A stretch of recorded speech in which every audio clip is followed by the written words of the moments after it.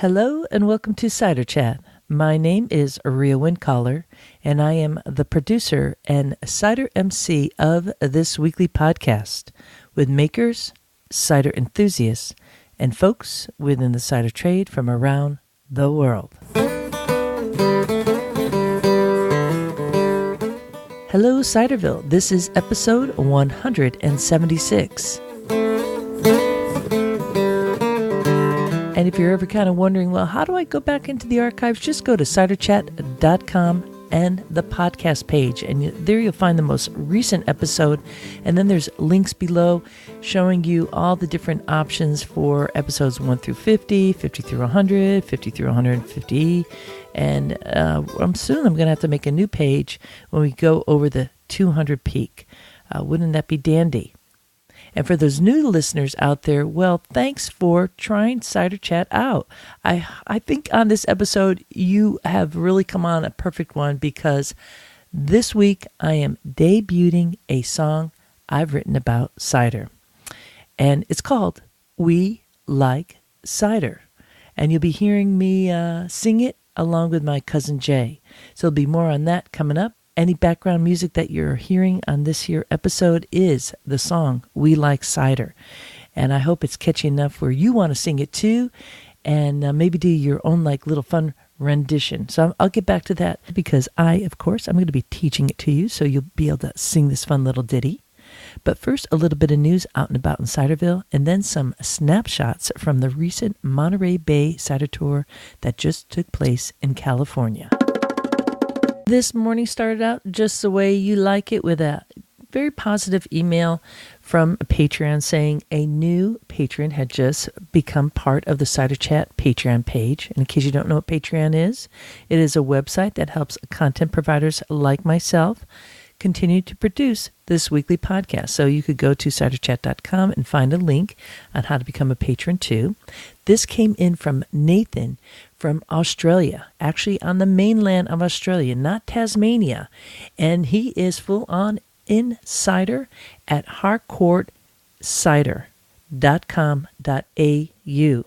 And of course I had to check this out because this is the first patron from Australia, and it really piqued my interest. What are they about? And I found out that this region does grow apples and pears, has been doing it for a long time. And this particular cidery has just won at the Red Hill Cider Show, which I found out by going to Harcourt Twitter, which is at Harcourt Cider. That's spelled H-A-R Court Cider, all one word. Harcourt Cider. That competition is now in its third year. So they had 2017 when they were winning awards, 2018, and now 2019 they were winning awards. So bravo for that. Shows that you're staying with it. I'm always interested in competitions, taping them, doing the best in show to really kind of mark what's going on with that. So I'll be following up more on competition in an episode coming up. Definitely. And let's find out what they won here. They won in 2019, already won 2 medals for their apple cider dry and their apple cider sweet. And another little piece about Harcourt cider is that they do not have any concentrate nor sugar added to their product. So I love hearing that because, well, I got to watch the waste. More importantly, I love that taste. I just love finding out what that essence of that particular fruit in that region of the world, finding out that terroir, what it is like. So bravo for doing that good work and becoming a patron of Cider Chat. It means a world of difference for this podcast.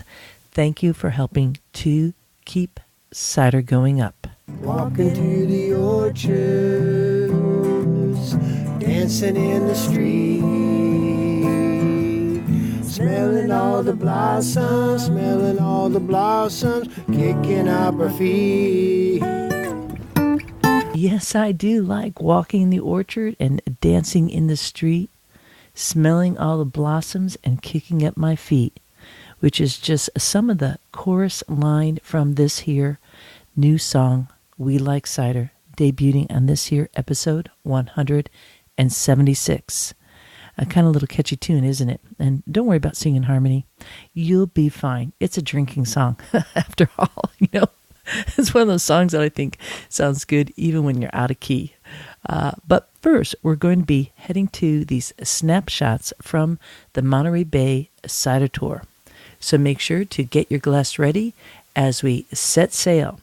And we're going to begin first with me heading out earlier in the week, using that time, one, to meet up with all the makers, making sure that everything was set from like the cider dinner to the meeting with the orchardists and all the little details that go into setting up a cider tour. And believe me, there's a lot of details indeed.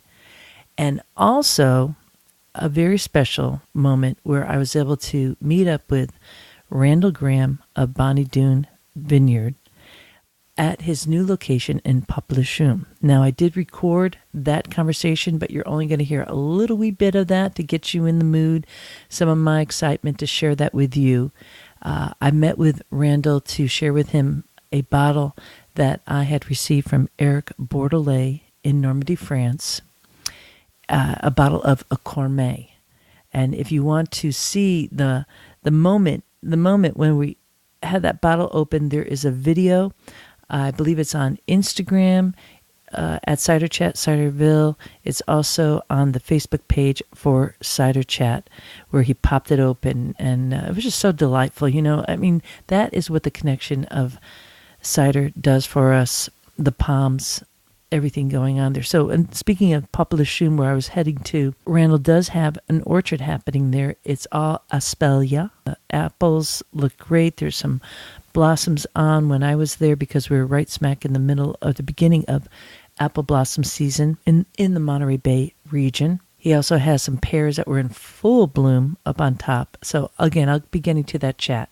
But first I'm going to take you to the little bit of a ride out there. And then next we'll be heading to just walking out in the orchard with him a little bit. And then we'll be going on into the actual tour and giving you some snapshots from that. So make sure you grab that glass and have it be full. But if you're riding your bike, keep your eyes on the road.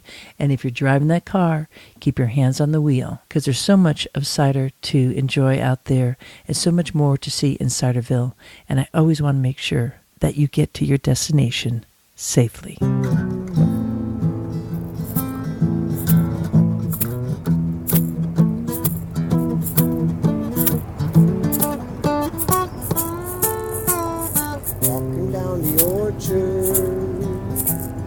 Dancing through the street, smelling all the blossoms, kicking up a feet.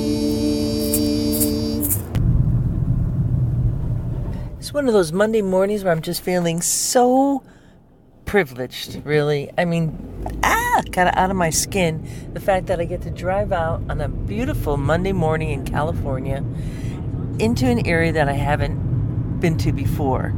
This is southeast of Santa Cruz. I'm headed to San Juan Bautista to visit with Randall Graham and check out Papalashum, his amazing new farm, I want to call it, farm vineyard. I don't want to just call it a vineyard because he has other things that he's planting besides grapes. He has an orchard, apples, quince, perry, and I'm sure other things. I can only imagine this place was chosen because I think circumstance, it just happened his way. But we'll talk about that as we get there. In the meanwhile, let me tell you a little bit about what I'm seeing. It's super green out here. It's been raining a lot in California. Total flip upside down from the past couple of years of supreme drought situation. Not good. So now they're on the flip side of that. It's super green. I'm hoping that's going to help the winemakers in a way, although they really like the dry conditions. There's nothing better than having water, and water is life. Green side, there's a lot of high grass growing. I'm looking out, I'm seeing berries. This region is just inundated with berries. Berries require a lot of watering, so it's not the best crop in some ways for this region, but there you have it. We have to live in harmony somehow with each other and all the farmers, all our needs. A lot of berry farms, flat land, green mountains to the distance. I could only imagine what this looked like just a couple years ago, super dry. We're going to head on. I'll catch up with you up the road. There is a reason why we do it like this. Oh, yes, there is. Oh, yes, there is. There is a reason why we drink it like this. Yes, there is. So I've been following these directions that Randall sent me, and I went through the grove of olive trees, kind of came up to a spot where I was a little stuck, and up came a car behind me, and it was Randall. So I'm on the right track, and of course I'm following him, so it's going to be perfect. Here we go. It's like a number of years ago that I did the recording, and now here you are, like full on. My gosh.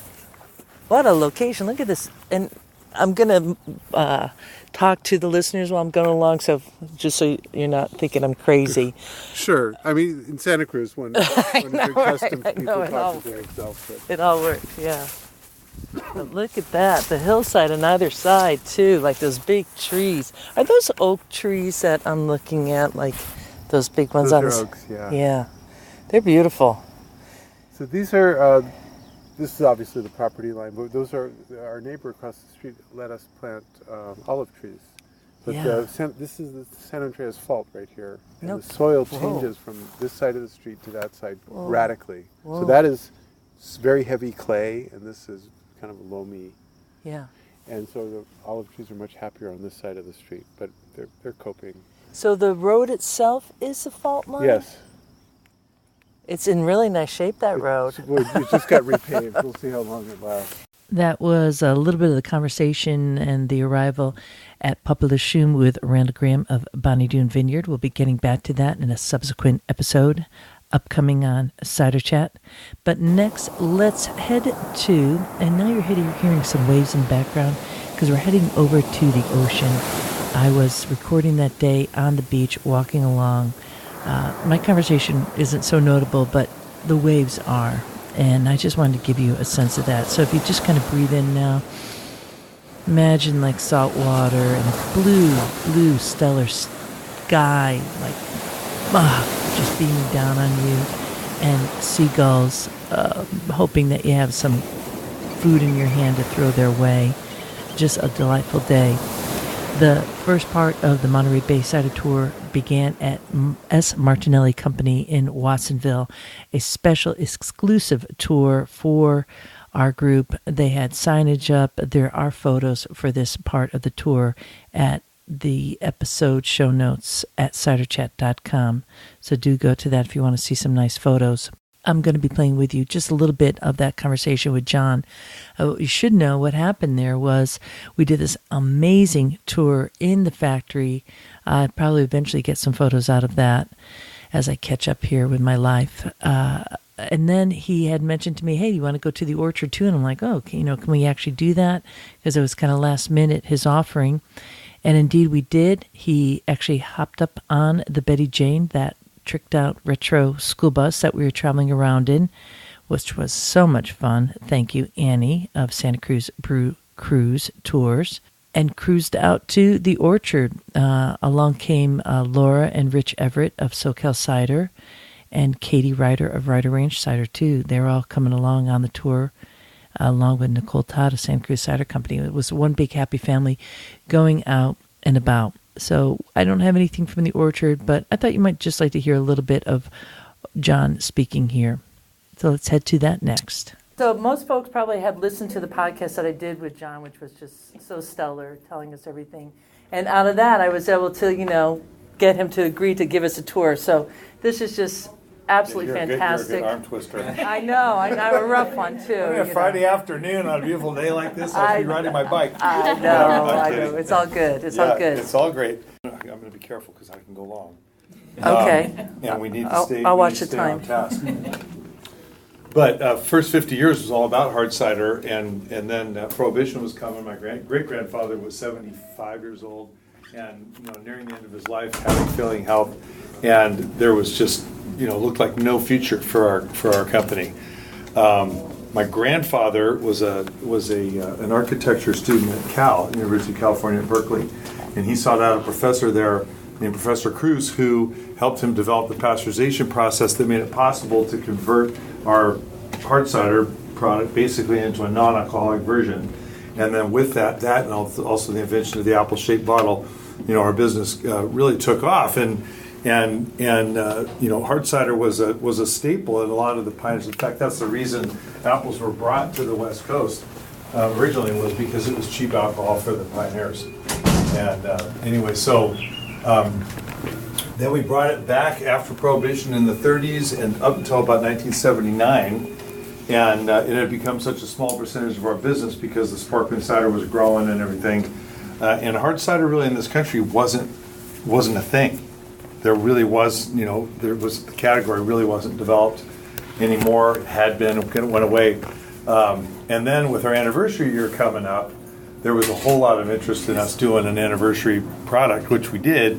And that's the one that you're going to taste today if you haven't already. And we've done 3 runs of it. And right now we still don't have a license to produce alcohol and sell alcohol.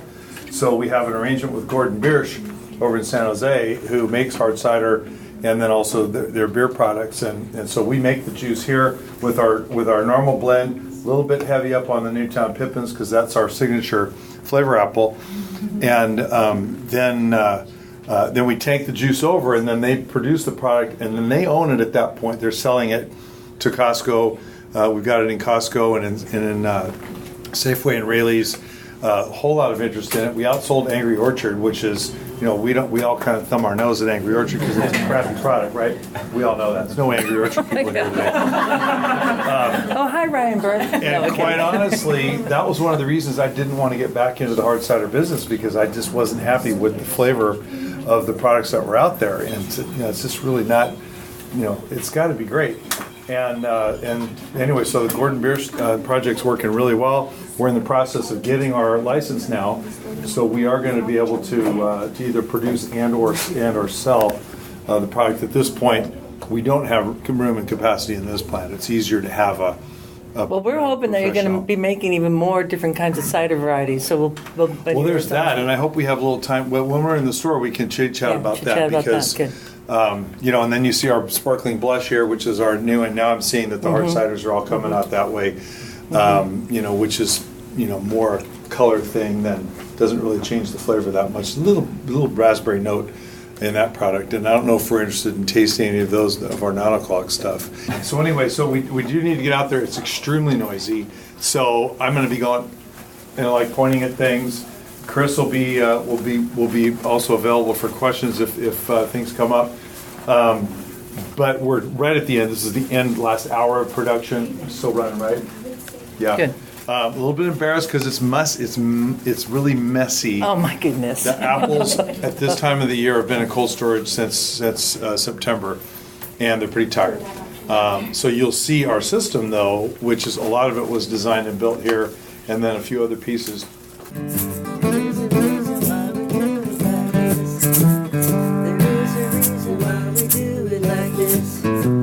There is a reason why we drink it like this. Yes, there is a reason why we drink it like this. John answered a few more questions, and then we were ready to go into the plant. But I want to remind you that we had on hairnets, a hard hat, glasses, earplugs, and badges identifying us. And they kind of escorted us around, kind of walking different areas, because this is a big operation. I mean, the tanks are like 32 feet high, the stainless steel tanks. We saw the apples being dropped in from the bins and then going down through a conveyor belt with I think there was a total 4 or 5 people on either side sorting it through. Then it goes up above on a catwalkway. We were able to walk up to the presses, and I mean presses. I believe there were 7 of those accordion presses up top, and they had them running for us. They were really, really giving us an amazing show, and we could see it was being grounded up into that pumice, a really soft juice. They were just making juice here and then squeezing that accordion. Wow, what an experience. And it was so loud. I tried to listened to my recording, couldn't anything. It was just a blur of like machinery in the background. So I was pretty thankful for those earplugs, really thankful for their care, both for their employees and to our group. It was a pretty neat experience. Then we headed over to the tasting room and then out to the orchard.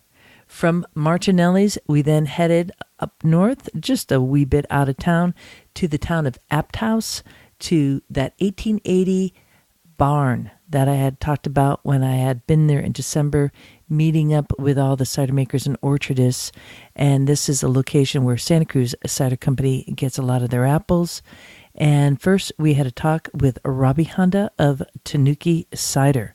He had, along with Santa Cruz Cider Company, a exquisite pouring. They had these like little ball jar glasses, kind of those small ones, all set on wood, and then accompanied with cheese pairing. And they did it fantastic. It was just a fantastic pairing. So let's hear a little bit of Robby Honda, and then we'll go to Nicole Todd.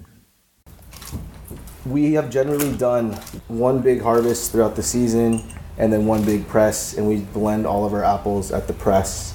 And we've been fortunate to have the apples we have access to in here in Watsonville, Santa Cruz County, mostly the Newtown Pippin, the Bellflower.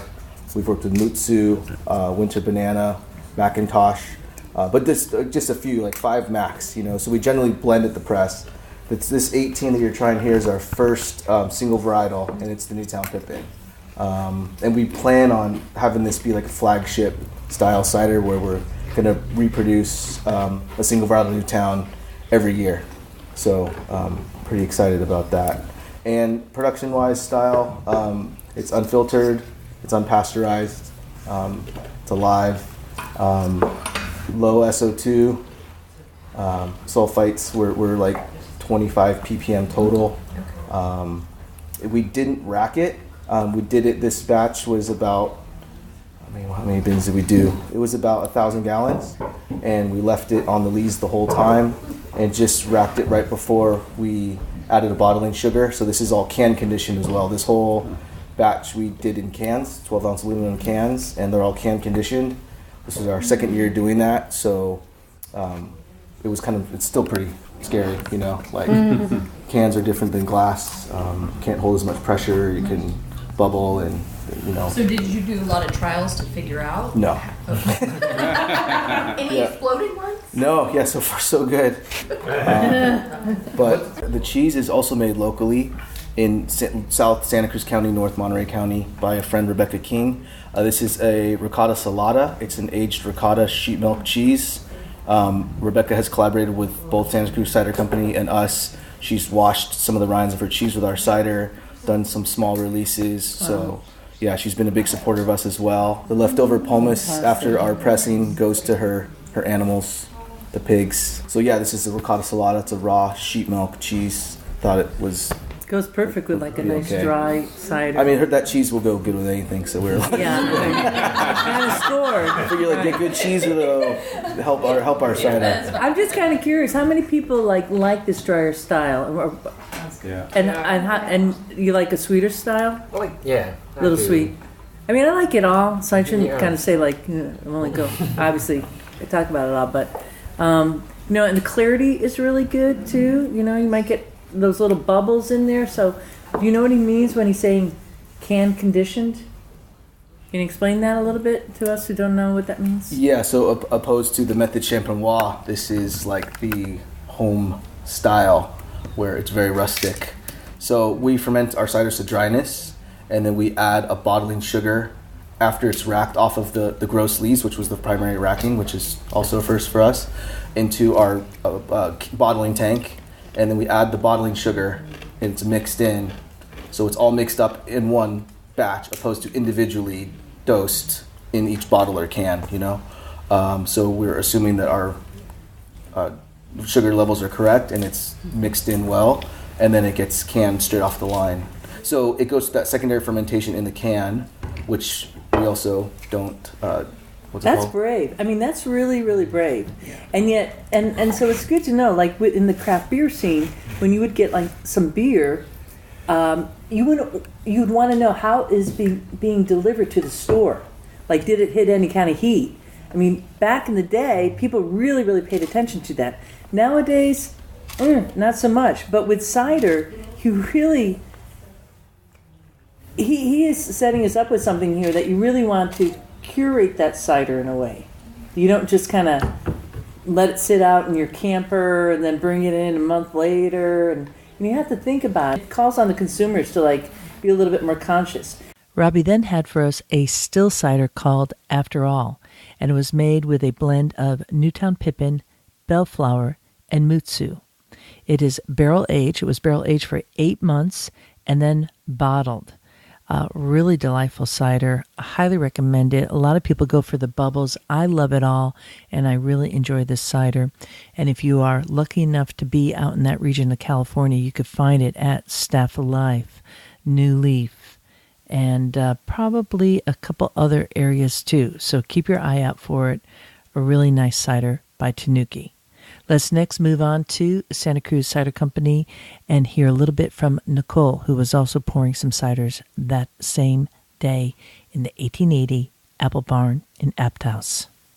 As Robby mentioned, we bought a press together. So Tanuki Cider and Santa Cruz Cider Company bought a really nice rack and cloth press. Felix, who's a jack of all trades, he's our artist. So all of our labels for Santa Cruz Cider, plus all the hand-painted signs, the bottling line, the bin dumper, the sorting table, everything. Felix builds and draws and does all that stuff for us. That's Florian's, yeah. It's my husband Felix, my sister Natalie. And so it's Santa Cruz Cider Company is the three of us. We got into it kind of by accident, but I was working for Santa Cruz Mountain Brewery when I found out about my gluten sensitivity. So we started making cider by finding this orchard that wasn't being harvested and backing our truck in and filling up and taking off. So those were our first couple batches of cider, was found apples. And when people asked us what kinds we were using, red ones and green ones. Like, that's what they were. We had no idea at all what we were getting into. So happens that our friend Dave bought that exact same piece of property that we were helping ourselves to. So we then had full access to it. We could have, check on it at different times of year. We got to know what kinds of apples they were. It's actually a 2-acre teaching orchard for kids after school would go there and learn about apple trees and how to take care of a farm and stuff like that. And we made 80 gallons one year, we made 100 gallons the next year, and then we made 500 gallons, where we should probably get the license to sell this. That's how we got into it. And what we decided to pour for you guys today is our 2016 Gravenstein. You guys met the trees earlier. And so this is all apples from this property. And the one next to it is also the 2016 Gravenstein, but aged in used red wine barrels. And look at that label. So instead of Gravenstein, it's Gravenstein, like Frankenstein, scary guy. So again, one of Felix's creations. But yeah, the Gravenstein apple just has such nice, bright acidity to it. It's the earliest ripener for us. That's how we came to be on this farm, is Martinelli's doesn't open early enough to take Gravenstein apples. So the farmers here started looking for an outlet because they have about an acre. So it can be several tons a year of where to sell their Gravensteins to. And they were driving through Watsonville and Corralitos one day, and they saw some cider bins out at one of the local pressers, and they're like, oh, maybe cider makers want our Gravenstein. And they came home and they're like, what was the name of that cider company? And oh, it must have been Santa Cruz Cider Company. So they Googled us, they found us, they called us, and we're like, yes. Mm-hmm. So that's how we met the owners of this property, and just became fast friends. Felix and I moved here the next year. We live in the house on the property now and help take care of the orchard. 2016 was an amazing year. We got 12 tons of fruit off of that orchard. Where compared to 2017, we got 1.5 tons. Whoa. So really big difference. This last year, I think we got 8 or 9 tons. Yeah. So definitely kind of these trees like to be little biannual producers. But yeah, nice bright acidity. We thought it went nicely with the goat cheese that we kind of paired it with. And we're doing the cheese pairing just to get you guys thinking about pairing cider with food. But the nice tart, like high acid ciders go really well with like the tanginess of the goat cheese. These were all still pressed by one little bladder press at a time right here in the orchard. We pick them, tractor drives them over, we hand unload them per bucket onto the sorting table, wash each apple, crush it in a little grinder, and then I think, we would get 10, somewhere between 9 and 11 gallons per press.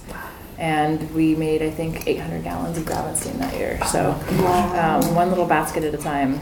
And usually just the three of us at that point out here most days doing that kind of work. So we also put some of it in a used red wine barrel, which is the one next to it. And it was really interesting how it pulled out the tannin and the flavor of the wine in it and just completely changed it. And so that one we felt like went really nicely with the Manchego cheese, which is that last cheese. We like cider. We like palms. We like orchards and having some fun. I want to really tip my glass to both Tanuki and Santa Cruz Cider Company for providing us with such a lovely setting, a delicious tasting. The pairing with the cheeses were perfection, absolute perfection. Well done. We had a little orchard walk beforehand going about, and the apples, the Gravensteins were in bloom. That was beautiful. Walking underneath the coastal redwoods to get there, and then right next to the barn was the beautiful Sequoia gigantum, largest tree in the world. So that makes it really super special. And what fine people. We were in this old barn. They had couches and chairs. It was really a comfy, cozy place after, having been over at Martinelli's in a big industrial kind of setting to come into more intimate setting. It just shows you the diversity in this one area. And that was just day one. So we went back to the hotel that night and then began with day two, where we headed out to Corralitos, back down the road, not too far away from our meeting spot, to meet with Jake Mann of 5 Mile Orchard. Let's move on to talking about actual orchards and apples. Okay, so again, this is a transition. It'll be certified by this fall, by this harvest. We're in the third year. The original orchard, and this kind of goes for everything you see where the largest trees are the Newtown Pippins. These are about 75 years old. And the original planting was probably a 30 by 30 foot grid. So like this was a row, that was a row. To get more, so 75 years ago we didn't have dwarfing rootstocks. You couldn't plant a dense orchard like what you see behind you. This is about a 40 year old Red Delicious orchard. Smaller rootstock, semi-dwarf, you can plant more per acre, get more fruit per acre. Pickers also like the shorter trees. So if you've got an orchard, you guys drove by Pistas yesterday, it's all monster pippins, way bigger than this, and he has a hard time getting labor to pick it. It sort of ends up last, or after all the good stuff, easier stuff has been picked. So it's something to consider when you're looking at, say, renting an orchard or replanting one. Like, what's your labor situation going to look like? I'd love to have more pippins rather than Red Delicious, but they all come ripe at the same time and they fall off. Pippins have really small stems, and so they'll push themselves off as they ripen. I don't love Red Delicious, but those come on early, and it allows us to kind of build a crew of pickers at the beginning of the harvest, and then we can move on to our other varieties. If you didn't have Red Delicious, then you're starting off fresh when your pippins are ready, and maybe all the pickers have gone to other ranches already. So there's this whole logistics thing about what kind of fruit you want. I'd like to have more Granny Smiths, because that keeps the harvest going later. When things are kind of shutting down, you've got more time to pick at that point. I'm all over the place. I had lots of coffee this morning. You're doing great. You are. This is perfect. You're awesome. We're talking about the densification. So at some point, folks went through and planted every 15 feet in the original row more trees. So you've doubled your density there. Then the next move is split the row completely. These are mutsus that have been planted down the middle of the rows. These are about 10 years old now, 8 to 10, producing nicely. They're about 9 feet Another ranch tall. we have, my folks' place, when they did the second row, they just offset it from the original by about 8 feet. And so you've got a double row and then more space. It's hard to imagine now, but when these trees have fruit on them, July, when it's starting to form and get big and you've irrigated, the branches come way down. Some of them are propped. You can see the props that are in the bigger trees. You mean they lean way The down. branches come down, and it becomes very difficult to drive a tractor in there. We've sort of been preferring one row to the other and doing a little bit of extra pruning on that so you can get a mower or put the bins down that when it's time to harvest.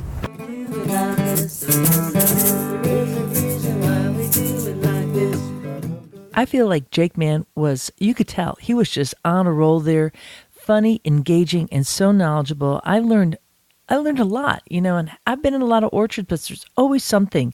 And so the extended version of all these little mini chats that you're having, I'm going to be posting up on the Cider Chat Patreon page. So stay tuned for that. Definitely become a patron today and support this podcast so I could keep on going on the orchard and getting these kind of conversations for you.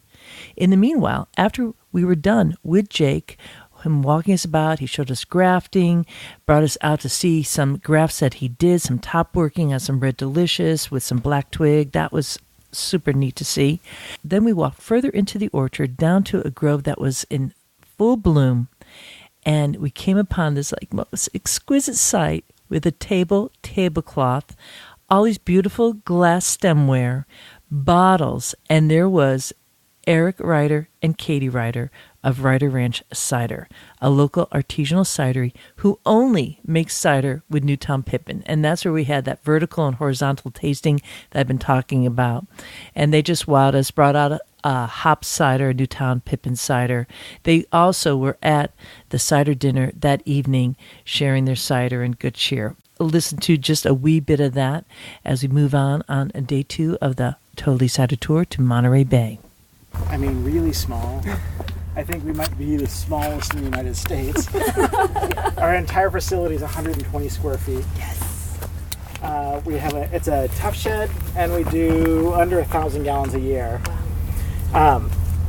Pretty much everything is different-ish, except for the fact that we primarily do only Newtown Pippin. So we have a main pairing that is a horizontal. 3 Newtown Pippins, all 2017. One is the trees that we were by up in the front here, the 75-year-old Pippins. The other is, there's a little tiny, funky little, it looks like a vacant lot, but it's a Pippin orchard across the street. You'll see it when you pull out. And then there's what we call a pre-prohibition Pippin, which is 100% from trees that are 100 years or older. Planted and aged exactly the same yeast. Aged in steel tanks, so that what we could get was a good sense of what the difference, the different terroir from the different orchards is.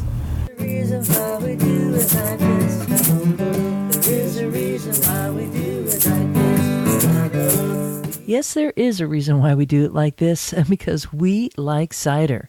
And that was our morning part of the tour. We were then headed out to about a mile away or so as the crow flies to Serventi Ranch with both Aaron and Pete Serventi to have a tour and tasting of their brand new tasting room. Really beautiful place, super nice people. What an exquisite location, kind of off the main drag. Orchards on both sides of the hill. They're taking this on. It's a new endeavor for them. Pete is the main cider maker. Erin really kind of holds her own specialty. She's an interior designer by trade. You could see her work everywhere. A lovely couple, what they're doing. I'm just so excited. Was so pleased to bring the folks there and have that tasting. They had a big table, outdoor seating. We had lunch. I think everybody wanted to just lay out in the sunshine and take a snooze. It was so wonderful. But first, I'm going to give you a little bit of a snapshot of the talk that we had with them both. We picked up this orchard 4 years ago, and I had a different vision when we originally bought this than being a cider maker, than being an apple orchardist. But being here 1 year, we farmed the apples the first fall, and just fell in love with it. And I'm not originally from Watsonville, my wife is, but just being here in a short amount of time, I get a big appreciation for the significance of the apple to the area. Then you guys have heard, just I'm sure in your other visits to orchards, to Martinelli's, just how long apples have been grown here and how important it's been to the Pajaro Valley in general. So I just appreciate the history of it. want to keep that history alive, and we decided just after that first season that we'd stick with the apples. Really try to rehab the orchard. The orchard itself was fairly neglected, and the trees are 50 to 70 years old. The prior owner only had the orchard for a couple of years, and he hadn't done anything to maintain it. No pruning, no watering, no significant maintenance. The trees had just been let go, and the owner immediately prior to that, before he sold it, was doing the same thing. He wasn't taking care of it. So the trees had gone somewhat wild, and which is okay. It's not horrible, but to get them back into production mode takes some time. We did, the first couple of years. The first year we just picked the apples. We hadn't done anything because we picked the place up after pruning time. Next spring we've started to prune the trees, which we didn't hack them all the way back. It's been a process over the course of the last 4 years, taking a little bit out of the trees, and our crops have, after the first pruning, we had a pretty good year. After the second pruning, when we took more out, the crop went down quite a bit, and it's not just the pruning; it's all factors of weather and everything else. Last year was we were back to about our average over this course of this 4 years, and this year, just with the blossoms that are coming out, everything's looking like it's lining up really good. The weather's perfect. Like cider, we like arms, we like orchards, having some fun. Yes, we do like to have fun, and what a flight that Pete and Aaron poured us at their cidery. Absolutely delicious. From there, we headed back to the hotel to be able to freshen up for the outdoor cider dinner that evening at the Everett Family Farm. It's an organically certified farm, the same location for Soquel Cider, an award-winning cidery, recently awarded Good Food Award. Just exquisite.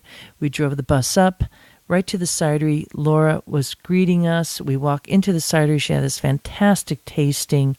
Then we walked down the hill, past the pear trees, down past the orchard, up to the pavilion that was all open air, where the table was tablecloth with glasses. She gave us a beautiful glasses to take home. I have my Soquel cider glass. At least I think I was supposed to take it home. I have it home now, so I'll take a photo and make sure I made it worthwhile. I think she said keep it. Maybe it was just for the dinner. Darn, I don't know. I'm sorry, Laura. I'll send it back. Anyways, I have it. I love this goblet. It's going to be in my treasure chest, no doubt. And we had this magnificent dinner. Robby Honda gave me the idea, why don't you get the apples for the baked apple from Jake Mann, Newtown Pippins. We've been drinking them all day. Wouldn't you know it? Jake did that, set us up with these apples. Our chef, Sarouj, she cooked it, this traditional Indian meal, appetizers of salmon and spicy potatoes, and then a main course that it paired exquisitely with the cider. It really did. Wow. Exquisitely. And then the baked apple a la mode with Calvados on top. It was just a full cycle experience. But before I leave you in this segment here, I want you to just hear a little bit with Laura Everett, who's just one of the finest hosts I know. Big tip of the glass to she and Rich Everett. Here we go. So we basically use all our own apples. I have bought in the past a few from a friend right up on the ridge, but otherwise we grow all our own apples. This is the OG, so this is straight up Pippin from 2018. So that juice you just tasted fermented to this. No, this is the original OG hard cider, the yellowy colored one. Yeah, so it's always been a thing with Rich and I, how much goes to fresh, to how much goes to me, and then we're always sitting there at night during harvest season, like, how many bins do you think we got? How many bins of this? How many bins of that? And, because he's always counting to fill the freezer, but he can only fit so much, so that's how I end up with a whole bunch of Honeycrisp that I really don't want. But I'm like, oh, okay, I'll take it. But actually, it blends really nicely into the persimmons, because the persimmon's a very light flavor, so having sort of not something heavy go with that has been advantageous. There is a reason why we do it like this.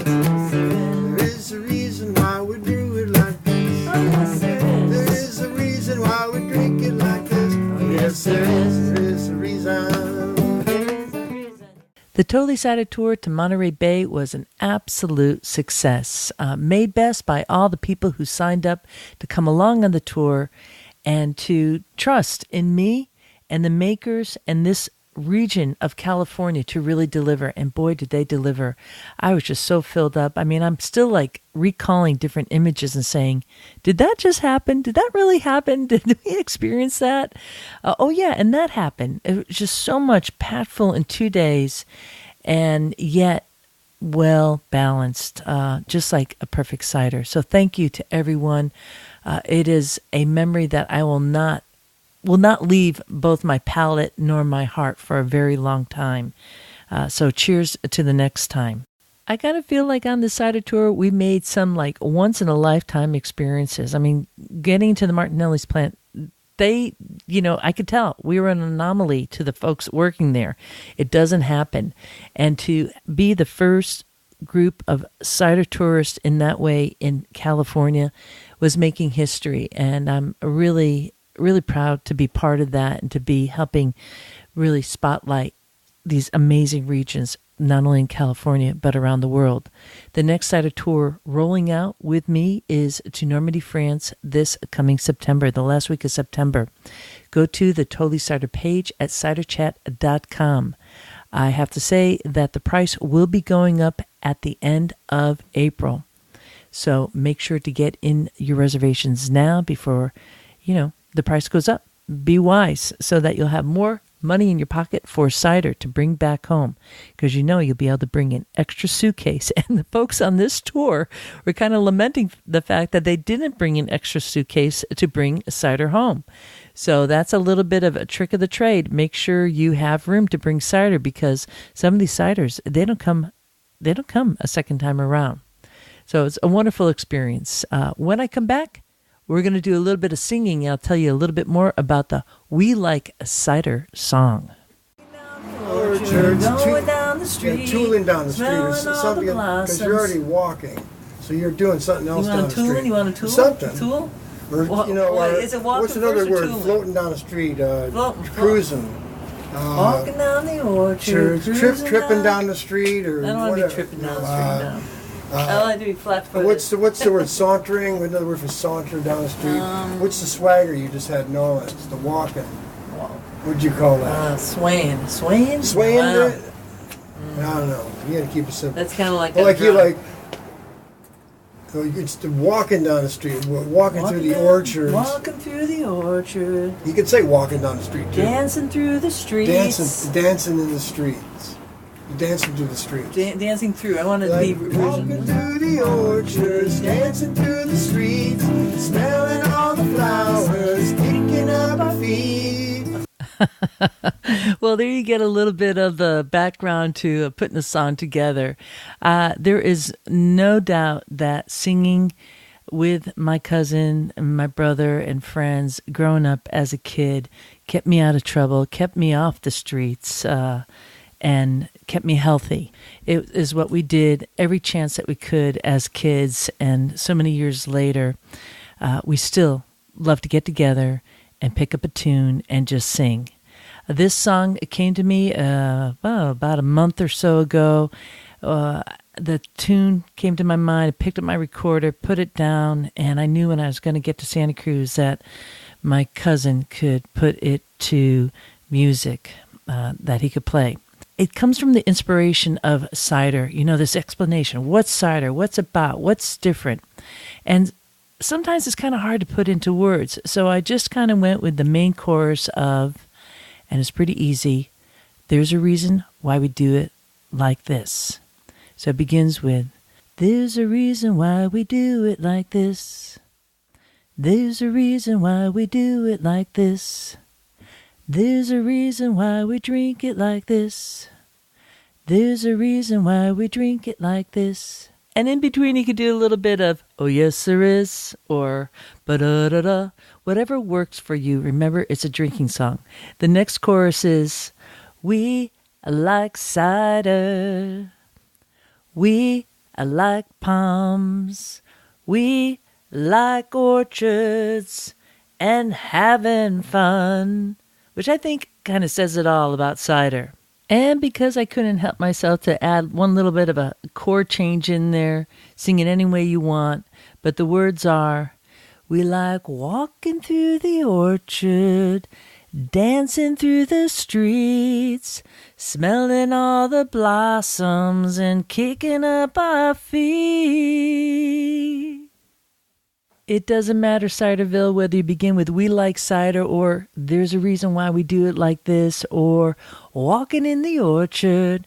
It's all good. It's all about cider and having fun and not taking yourself too darn seriously, but just enjoying the moment that you have while you have it with the people you have around you.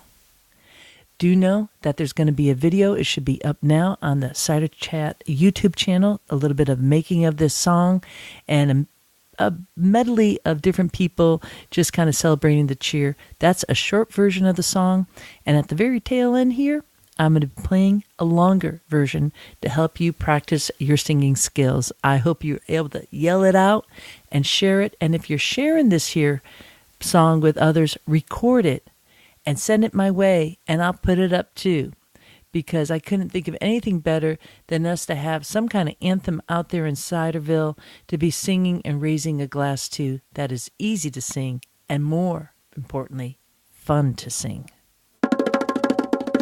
This is Rhea Windcaller signing off for now. Looking forward to seeing you in Ciderville.